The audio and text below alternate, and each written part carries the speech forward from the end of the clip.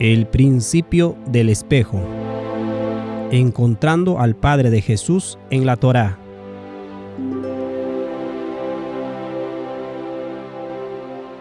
Capítulo 44. Balaam en el espejo.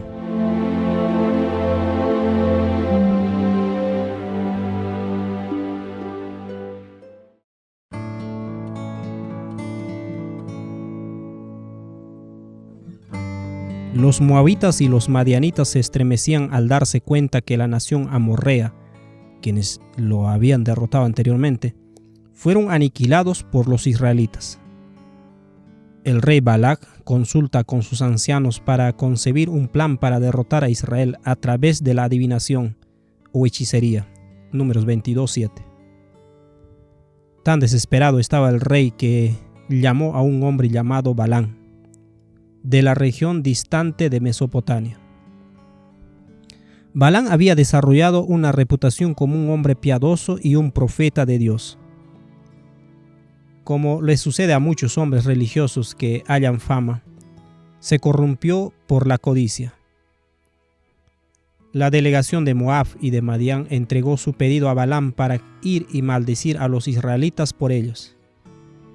Los regalos que habían traído sedujeron a Balaam a ir con ellos, pero se determinó a seguir el protocolo y preguntarle a Dios qué curso de acción debía tomar. Leemos en Números 22, 12 al 13.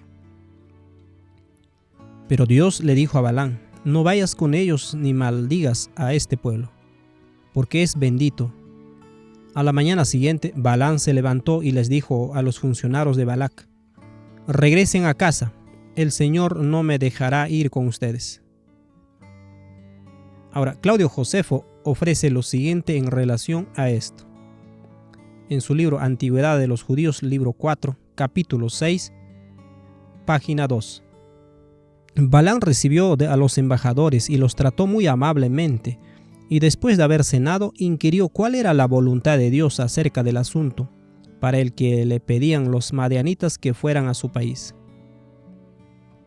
Como Dios se opusiera a su partida, volvió a reunirse con los embajadores y les dijo que él satisfacería con mucho gusto su pedido, pero Dios se oponía a sus intenciones.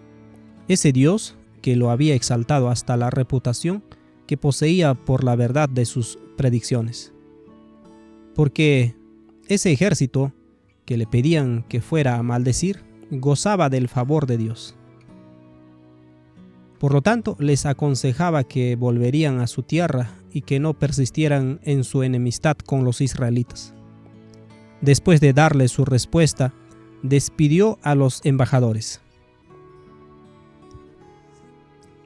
Si Balaam no hubiera expresado su deseo de ir con los hombres en oposición a Dios, entonces Balac no habría apelado a él nuevamente con su pedido. Balac incrementa su control sobre Balaam, enviando hombres más inminentes de Moab con más riquezas para seducir al codicioso profeta. En la historia detectamos a un hombre luchando con su conciencia. Él sabía que Dios claramente había dicho que no maldijera a los israelitas. Pero como hijo de Peor, que significa quema, Balaam se quemaba con el deseo de fortuna y honra de hombres. Leemos en Números 22, 18 al 19. Entonces Balaam les respondió a los mensajeros de Balac: aunque Balac me diera su palacio repleto de plata y oro, yo no podría hacer absolutamente nada en contra de la voluntad del Señor mi Dios. Pero quédense aquí una noche más y veré si el Señor tenga algo más que decirme. Balaam no habla como representante de Dios, sino como uno impotente para oponérsele. Ya conoce la respuesta a la cuestión, pero hace todo lo que puede para mantener la puerta abierta por algún cambio en la mente de Dios. El Señor podría haberle dicho que no a Balaam nuevamente, pero esto enmascararía el verdadero estado de su codicia. Dios le instruye a Balaam que haga la misma cosa que quería. Números 22, 20. Esa noche Dios vino a Balaam y le dijo: ya que estos hombres vinieron por ti, levántate y ve con ellos, pero solo haz lo que yo te indique. Habiendo aprendido lo que significa la ira de Dios en la Biblia, podemos saber con seguridad que Dios no quería que fuera, pero le dio a Balaam lo que quería. Leemos en Números 22:22. La ira de Dios se encendió porque él iba, y el ángel de Jehová se puso en el camino por adversario, Satanás suyo. Iba pues él montado sobre su asna, y con él 2 criados suyos. Creer que Dios quería que Balaam fuera solo para enojarse con él presenta a Dios tan inconstante como los humanos. Pero cuando dejamos que la Biblia defina lo que es la ira de Dios, entonces podemos resolver el aparente conflicto. El Señor le permite a Balaam que vaya con el propósito de causar que su pecado se vuelva más aparente para él. Pero Balaam cree que Dios quiere que él vaya, porque esto está en armonía con su deseo malvado. Por lo tanto, cualquier intento de Dios de bloquear a Balaam podría ser interpretado como Satanás intentando detenerlo. El término ángel del Señor a menudo se refiere a Cristo. Podemos ver en Éxodo 3:2, Éxodo 3:14, Éxodo 23:20, Éxodo 32:24. Cristo, en su amor hacia Balaam, buscaba salvarlo. La fiel asna que había servido a Balaam por muchos años comienza a actuar erráticamente. Balaam debió haber discernido lo que estaba sucediendo, pero su codicia lo cegó a la realidad. Él golpea al asna sin misericordia. Dios le da al asna la habilidad de hablar, pero en su furia Balaam parece ignorante del milagro del asno que habla. Leemos en Números 22, 28 al 29 lo siguiente. Así que el Señor le dio a la burra la capacidad de hablar. ¿Qué te ha hecho para merecer que me pegues 3 veces? Le preguntó a Balaam. Me has dejado en ridículo, gritó a Balaam. Si tuviera una espada te mataría. La crueldad dentro de Balaam y el deseo de matar a su fiel asna es reflejada perfectamente por Cristo cuando le dice a Balaam en Números 22:33. 3 veces la burra me vio y se apartó del camino. Si no, te aseguro que te habría matado a ti y habría dejado a la burra con vida. Aquí resulta vital que discernamos cómo opera el espejo. Cristo no puede decirle a Pedro, guarda tu espada. Por un lado a Balaam, te habría matado con una espada. Cristo le dice a Balaam sus propios pensamientos con el propósito de animarlo a arrepentirse. Es imposible que Dios perdone a Balaam a menos que confiese su pecado y se arrepienta, decidiendo volver a casa.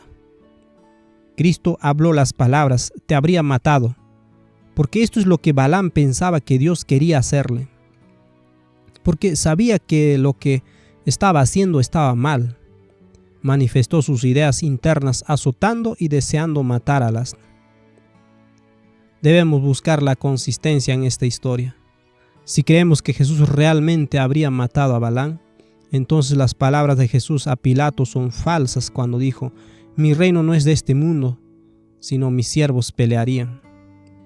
Cuando los discípulos le dijeron a Jesús que tenían 2 espadas, pensando que Jesús quería usarlas para pelear, Jesús dijo, basta. Lucas 22:38, como se traduce en la Reina Valera 60. La traducción es suficiente.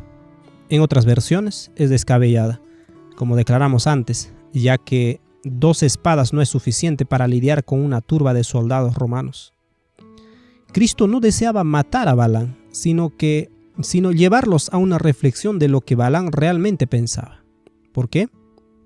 Para llevarlo al arrepentimiento. Así es como funciona el Evangelio. Balaam se aproximó al arrepentimiento, pero se quedó corto. Números 22:34 dice, entonces Balaam le confesó al ángel del Señor, he pecado. No comprendí que tú estabas parado en el camino para impedirme el paso. Volveré a casa si te opones a mi viaje. Balaam confesó su pecado, pero se aferra a la esperanza de aún ir. diciendo que volvería a casa si Cristo se le oponía. Balaam ignora toda la evidencia de lo que Cristo le dijo. En Números 22:32. ¿Por qué le pegaste a tu burra 3 veces? Le preguntó el ángel del Señor. Mira, he venido a impedirte el paso porque con terquedad te me opones. ¿Cómo puede Balaam sugerir la palabra sí cuando Cristo claramente le había dicho: estoy impidiéndote el paso porque con terquedad te me opones? Cuán fácilmente el pecado ciega los ojos de un hombre. Ya que Balaam se cerró en su deseo, Cristo le permite hacer lo que él quiere, le instruye que haga lo que Balaam desea. Balaam intenta lo mejor que puede maldecir al pueblo de Israel como Balac quería. Pero la única inspiración que le llegaba a Balaam eran palabras de bendición.